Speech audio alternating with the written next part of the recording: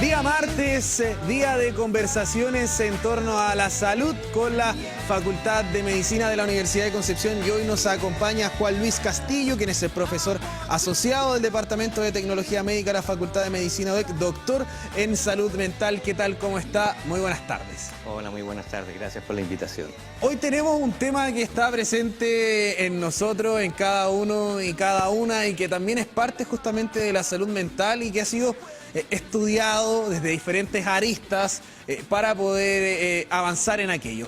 Se trata del estrés, pero asociado a la neurobiología. Nosotros quisimos bajar un poco, hacer la bajada del tema, porque la neurobiología me imagino que yo no sé de neurobiología, pero me imagino que debe ser complicadísima porque la palabra ya lo dice. Vamos a ir a preguntarle a nuestra inteligencia artificial, profesor, y queremos que podamos debatir o conversar en torno a los conceptos que nos trae en este caso Gemini, porque nosotros le preguntamos y le dijimos cuáles son los conceptos fundamentales de la neurobiología. Y Gemini nos dijo, primero, neuronas y sinapsis.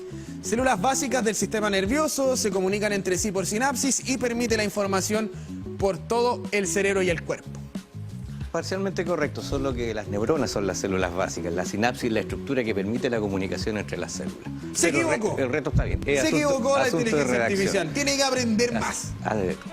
Hay que darle un ajuste ahí a la inteligencia artificial. Neurobiología, conceptos fundamentales, plasticidad del cerebro. El cerebro no es algo fijo, eso yo no lo entendí. Esto se llama plasticidad cerebral. Cuando aprendemos cosas nuevas, el cerebro crea nuevas conexiones neuronales. Eso es correcto. Veamos la imagen. La de arriba, esa es la imagen de arriba, una neurona, claro, con distintas proyecciones, axones, y aquí podemos ver toda una región de interconectividad en el cerebro. Perfecto. Cuando ustedes me escuchan, ya está cambiando sus conexiones. Eso es lo que se conoce como neuroplasticidad. Ahora, el cuento es que recordar eso, que se consolide eso. La mayoría de las veces se pierde esa información. ¿Por qué tiene importancia la neuroplasticidad? Sobre todo en pacientes con accidentes cerebrovasculares, es la razón por que logran recuperar parte de esa función. Neuroplasticidad se utiliza el término. Es muy plástico el cerebro. Mientras más menores somos de edad, mayor es la plasticidad del cerebro. Mira, por eso tenemos mayor capacidad de... Exacto. Por eso es más fácil, por ejemplo, aprender idiomas cuando uno es más niño o niña. Exactamente. Y asociar la simbología de las cosas también a... Exacto. Mira, plasticidad del cerebro. Aprobada inteligencia artificial. Sí. Ahora vamos con nuestra última lámina. Neurotransmisores y emociones. Sustancias que influyen... Vamos a la anterior, nos pasamos un poquito. Aceleró. Neurotransmisores... Vamos un poquito, eso, más adelante, para otro lado. Plasticidad del cerebro, lo habíamos comentado. Y finalmente, neurotransmisores y emociones. Sustancias que influyen en ánimo y emociones, ejemplo la serotonina y la felicidad. El desequilibrio de estas conducen a la depresión o ansiedad. Parcial. Sustancias que influyen en ánimo, emociones, sí. Que influyen en nuestro funcionamiento diario también. Nos permiten, desde que nos despertamos hasta que estamos durmiendo, incluso durante el sueño. Ahora, que la serotonina y la felicidad, es que hay muchos neurotransmisores.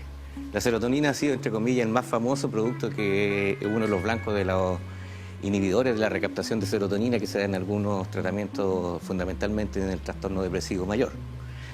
Pero no es el único. Y hay muchos otros neurotransmisores que nos ayudan a poder regular las emociones y todo. Está la adrenalina, dopamina. La dopamina es la que nos permite la recompensa. O sea, si a mí me gusta algo, yo libero dopamina. Entonces, es parcialmente correcto el concepto. Parcialmente correcto. O sea, podríamos decir que podríamos utilizar esto como conceptos fundamentales para lo que vamos a conversar a continuación. Exacto. Aprobada entonces la inteligencia artificial, parcialmente, pero la aprobamos. Así Asunto de redacción. Redacción. Vamos ahí a escribirle entonces a Microsoft que tiene que ajustar el idioma. A su inteligencia artificial. Vamos a hablar justamente por qué le planteamos también esta inteligencia artificial, le planteamos la pregunta, ¿cuáles son los conceptos fundamentales en la neurobiología? Porque queremos vincular la neurobiología y el estrés. Cuéntenos, ya teniendo este conocimiento base, ¿Cómo se vincula y cómo se ha estudiado este tema? A ver, el estrés lamentablemente tiene muy mala fama, porque en realidad podemos distinguir dos tipos de estrés, el estrés positivo y el negativo. El eustrés, que es el estrés positivo, y el distrés, que es el estrés negativo. Lamentablemente el distrés negativo es el que se lleva toda la flor, y cuando hablamos de estrés todas las personas piensan que es solo distrés. Pero el estrés positivo nos sirve cuando tú te levantas en la mañana, suena el despertador. ¿Cómo te vas al baño? Claro. Como zombie. Sí. Pero una vez que tú logras un óptimo funcionamiento, estás en el óptimo nivel de eustrés. Cuando llega acá al canal, me imagino que reuniones, presiones, llega un momento en que ya... A mí me toca que yo vivo hacia el sur del Biobío. Vivo en San Pedro de la Paz. Así que imagínense, yo trato de mantener la calma, pero... Pero claro, se va acumulando ese estrés, claro. Y llega un momento en que nuestra performance, nuestro funcionamiento disminuye. Ahora, todo esto está regido por neurotransmisores y por hormonas. Hay uno que es muy importante, que es lo que nosotros llamamos el eje hipotálamo, hipófisis y adrenal, que en el fondo es el eje que produce cortisol. Entonces, el cortisol responde, entre otras cosas, al ritmo circadiano y a las fluctuaciones de estrés. ¿Qué es el ritmo circadiano? El ritmo circadiano es la capacidad que tenemos de poder conciliar el sueño y poder despertar. Perfecto. Sueño-vigilia en función de la luz. ¿Ya? Si alteramos nuestro ritmo circadiano, alteramos la secreción de cortisol y empezamos ya a tener problemas. O sea, tiene relación con el sueño. Exactamente. ¿Y la falta de sueño? Fundamentalmente con la falta de sueño. Oh, ¿y eso es Cuando acumulable? ¿Perdón? ¿Eso es acumulable? O sea, ¿es la falta de sueño en un periodo de tiempo o es la falta de sueño en general? Es que ahí entramos en otro concepto. Tenemos el estrés agudo y el estrés crónico. El estrés agudo es... Yo siempre le pongo el ejemplo a mis alumnos. Si yo saco un revólver aquí y me pongo a disparar, o sea, todos quieren arrancar. Eso es estrés agudo. Ya. Pero el estrés crónico es algo que está siempre ahí, permanente, puede ser un estrés laboral, lo que yo trabajo, lo que investigo es estrés académico, y eso a la larga va socavando el organismo en distintos niveles, desde el punto de vista tanto cognitivo, voy a ir a los estudiantes, que es mi tema, procesamiento de la información, memoria, trastornos digestivos, pueden haber susceptibilidad a infecciones, hay un cierto grado de inmunosupresión por aumento de los niveles de cortisol. Y qué decir los estudiantes que no tienen un ritmo circadiano muy establecido, porque prefieren de repente estudiar hasta tarde y dormir poco, que es lo peor que pueden hacer. Consulta con respecto a este tema justamente, y ahí lo mencionó, lo vamos a vincular al ámbito académico, este tema del estrés. Partimos por lo más general, nos vamos a lo más específico, porque en este caso los estudiantes en el ámbito académico se tiene mucha presión por muchas cosas. Hay muchos ramos, la familia, el rendir, la casa, algunos, por ejemplo, acá en la Universidad de Concepción viven solos, tienen que hacer el aseo, tienen que cocinarse para mañana, tienen que hacer la once.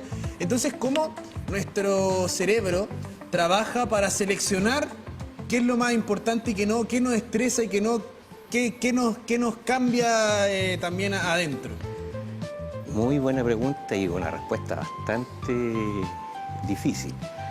Pero en mi experiencia lo que más estresa a los alumnos es el miedo al fracaso. Porque eso trae una serie de consecuencias desde el punto de vista económico, becas, familiares, o es simplemente de no saber manejar su frustración. Yo no quiero entrar en la polémica aquí que estamos con la generación de cristal o no, pero sí son generaciones distintas las que vivimos nosotros. Viven la frustración de una manera distinta, ¿ya? Producto de que fueron creados en un entorno de mucha recompensa rápida, dopamina. Te explico, el cabro chico que está con el teléfono celular gana, Claro. Feliz, pero pierde y lo tira lejos. Claro. Entonces, esta generación ha ido creciendo con eso, por lo tanto le cuesta mucho manejar la frustración. Cuando tú sabes que el proceso de una carrera universitaria tiene altos y bajos. Sí. Y a veces cuando más aprendes, cuando uno se manda el porrazo. Por lo tanto, dicho todo eso, ¿cuáles son los factores principales? O sea, el no poder organizarse y el no dormir correctamente. El pasarse de largo para un certamen. Eso es lo peor que pueden hacer. consumir energética, 2, 3 energéticas en la noche para poder estudiar. ¿Eso genera dependencia? ¿Consulta?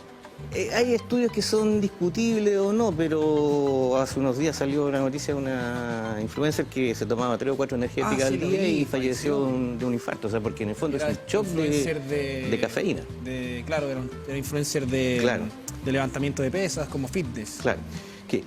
¿Por qué yo le hago tanta hincapié en el proceso del dormir? O sea, para que se consolide la memoria, lo que estamos hablando hoy día, a ti se te puede olvidar si no duermes. Pero si tú duermes vas a ver lo que se conoce como el proceso de consolidación de la memoria. Y eso es vital dentro de un entorno de aprendizaje. ¿Por qué? O sea, yo siempre cuando empecé a hacer clases me daba cuenta que le decía a los chicos, oye, ¿se acuerdan que esto lo vimos la semana pasada?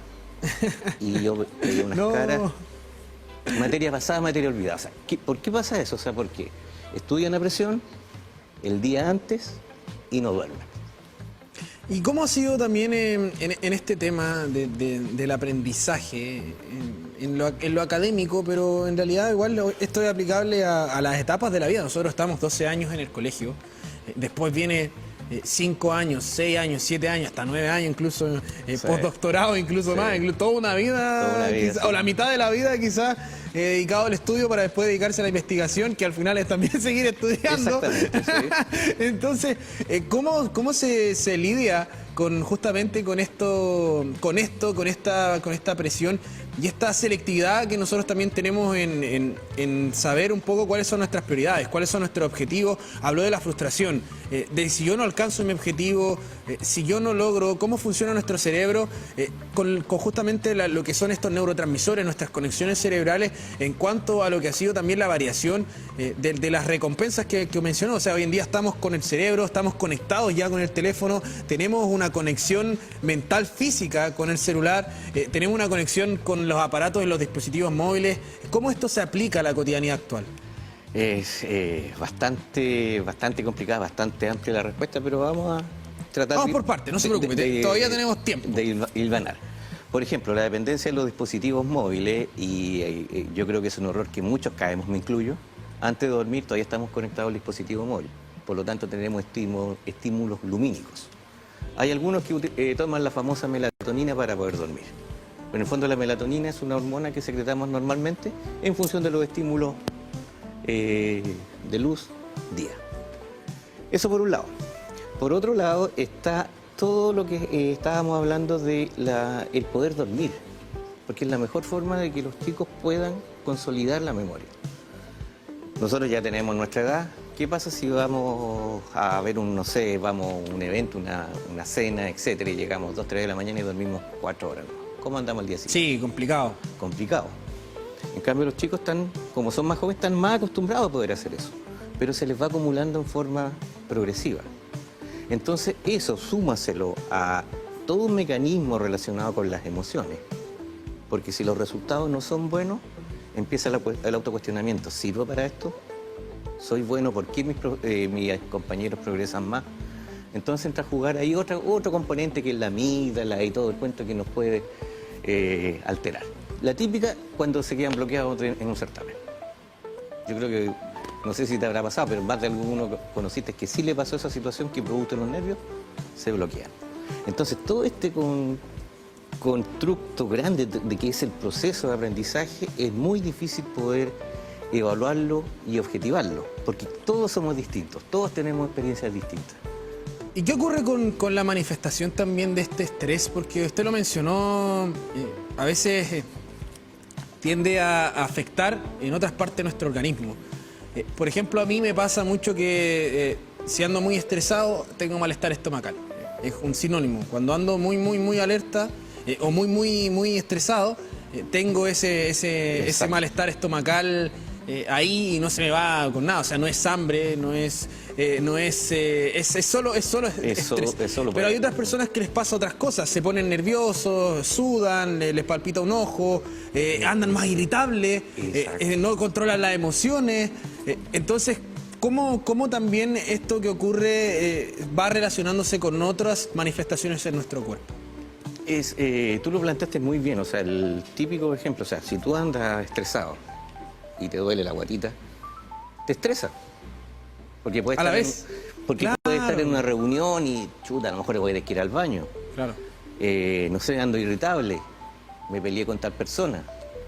Chuta, empieza a hacer como un bucle, como una retroalimentación que a la vez te genera más estrés. Entonces, ¿cómo poder lidiar con esto del estrés? Es poder tratar de hacer lo que a uno le gusta. Nosotros hemos visto que en los estudiantes una de las cosas que más los estresa, aparte del dolor de cabeza, la migraña, el rash cutáneo, de tanto rascarse, hay alumnos que incluso se empiezan a tirar el pelo en los certámenes, así que uno ve todo, sí. Está el hecho de poder salir a divertirse. Nosotros hemos visto que es un factor protector, o sea, cosa que se perdió un poco con las generaciones de pandemia, pero una de las mejores formas es distraerse. O apoyarse en la familia, con mascotas, etcétera. O sea, ver que el estudio o el trabajo es un método para vivir, no vivir para ese método. Por lo tanto, o sea, si podemos, las personas que trabajan, o sea, tratar de desconectarse en las tardes, o en el caso de los estudiantes, siempre dejar su rato para ciertas actividades que a ellos les sean placenteras y reconfortantes. ¿Y hay alguna posibilidad, quizás, no sé si diagnosticar, pero sí de conocer, por ejemplo, cómo está activando o cómo está reaccionando este tema de los neurotransmisores a través del estrés? Si es que, por ejemplo, ya podríamos decir, no sé, ¿es un estrés crónico o es un estrés circunstancial, es un estrés de algo que está pasando por el momento? Ya es una persona que ya sufre estrés en su día a día por producto a lo mejor de su vida, de lo que le tocó vivir y que quedó marcado. El estrés postraumático, por ejemplo, está ahí. Y cómo esto también se aplica obviamente al ámbito de los alumnos. Sabemos que a lo mejor muchos de ellos vienen con cargas emocionales, con familias que también tienen problemas, o ellos también generan alguna reacción al estar dentro de la universidad por lo que hemos conversado ahora. Sí, no, sí, indudablemente. O sea, el estrés agudo y el crónico se superponen. Una persona que esté con estrés crónico van a ver inevitablemente episodios agudos. Que vas cruzando la calle y no te diste cuenta, casi te atropellan. Eso es un estrés agudo. Pero cuando tienes constantemente este concepto del estrés agudo, puede ser laboral o estudiantil. En el caso laboral, estoy cansado, no me gusta el trabajo. En el caso de los chicos, me está yendo mal, como que no sirvo para eso. Se puede transformar incluso en una condición de vida. Tú te autosugestionas de que no sirves para este trabajo, que no te gusta el trabajo, que los chicos no son capaces y lo toman como una condición de vida. Y eso se les hace aún más difícil poder salir adelante. Ahora, ¿qué es lo que nosotros hemos visto? Estamos tratando de objetivar, o sea, con una serie de encuestas que hemos logrado trabajar con un instrumento que hasta donde tenemos nociones, el único que haya a nivel mundial específico para estrés académico, considerando los estresores académicos, pero también como la sintomatología, por ejemplo, el dolor de guatita que te decía en un certamen, también lo estresa. Hemos logrado caracterizar la población estudiantil.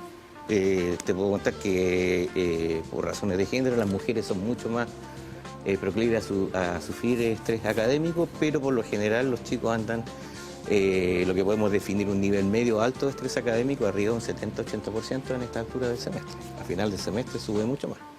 Y eso estamos tratando de objetivarlo con algunos parámetros biológicos, como son los ritmos de sueño, la secreción de cortisol salival y también objetivar todo lo que se refiere a la conducta alimentaria, que es otro cuento, o sea, el atracón, el picoteo mientras estudian y cómo va alterando sus parámetros nutricionales. Todo esto al alero de un proyecto Fondesit que estamos trabajando, pero nos ha permitido empezar a como tratar de obtener esas luces de ver qué es lo que podemos hacer. Obviamente la siguiente etapa, que viene un par de años más, es plantear algún tipo de intervención o algo que podamos para poder ir mejorando la calidad de... Son hartos factores. Es increíble. Y harto, me imagino que harto también la muestra para poder desarrollar la investigación, para poder encontrar ahí... Y los recursos siempre son pocos. Lo necesario. Claro, eso también es verdad, los recursos. Claro, o sea, lamentablemente la investigación aquí en neurociencia es cara. Afortunadamente hemos logrado los recursos. tanto a través de apoyos propiamente tal, de donde pertenezco yo, la Facultad de Medicina, el Departamento de Tecnología Médica, pero también ha sido pivotal el programa NEPSAM, el programa de Neurociencia y Psiquiatría de Salud Mental, que depende de la BRID, donde convergimos una serie de investigadores en el área de las neurociencias. O sea, de diferentes disciplinas. De diferentes disciplinas, desde filósofos, ingenieros, médicos, psiquiatra, en mi caso tecnólogo médico. O sea, hemos logrado potenciar y empezar a hacer cosas bastante interesantes que esperamos en las próximas semanas tener bastantes novedades con respecto a qué podemos hacer.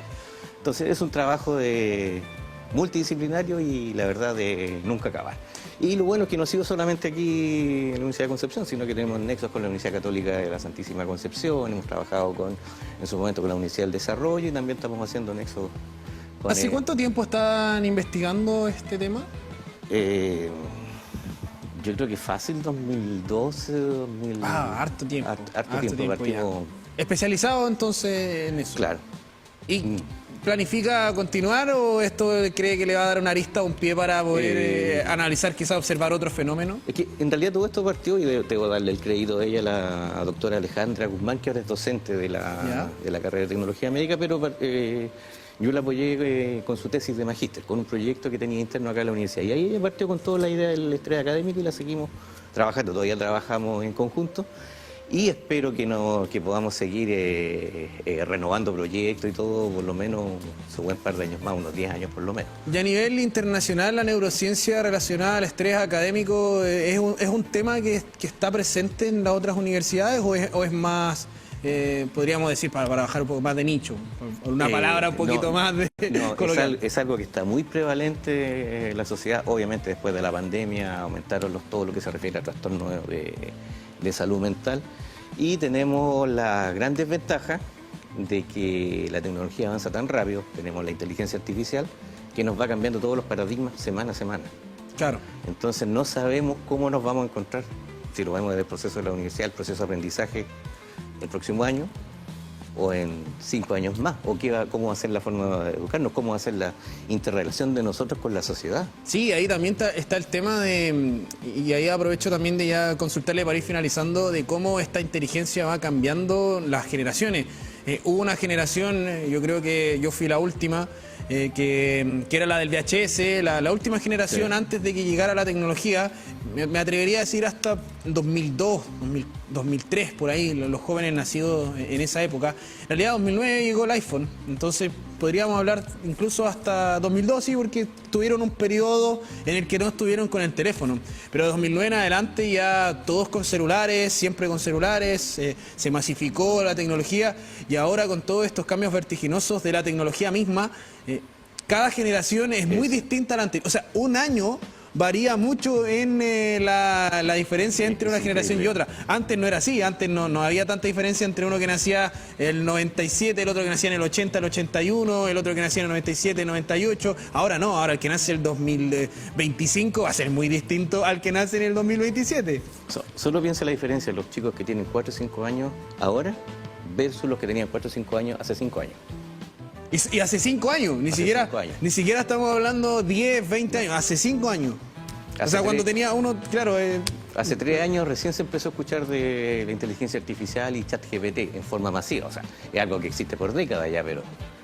Y hoy en día los niños pueden tener una aplicación y hablarle y no necesita al profe porque le dice, oye, la mamá le dice, mira, preguntémosle, va, y le escribe, enséñanos cómo se dice tal cosa en inglés. Y le pone el play y le dice en inglés, entonces... Es bastante complejo, me imagino, desde la perspectiva pero de ojo, que se equivoca. Ojo que se equivoca, ¿no? Se equivoca, mira, ahí nos dijo... La inteligencia artificial se puede usar, yo insto a mis alumnos que la hagan, pero guiados. Siempre con guiados, guía. No confiar, sino que ellos guíen la inteligencia artificial. Yo igual hago lo mismo, tengo la forma de poder siempre ahí tratar de buscar y generar preguntas en torno a la inteligencia artificial. Generarme preguntas en torno a la inteligencia artificial, no quedarme con lo que me dice la inteligencia artificial 100%. Profesor, le agradecemos, muchísimas gracias. Esperamos tenerlo también en una próxima oportunidad acá en nuestro programa. Encantado, sí. De esta forma nos vamos a una breve pausa, invitándoles como siempre a que revisen nuestro contenido en las multiplataformas de nuestro canal. Todos nuestros espacios quedan alojados justamente en nuestro canal de YouTube. Vamos y volvemos.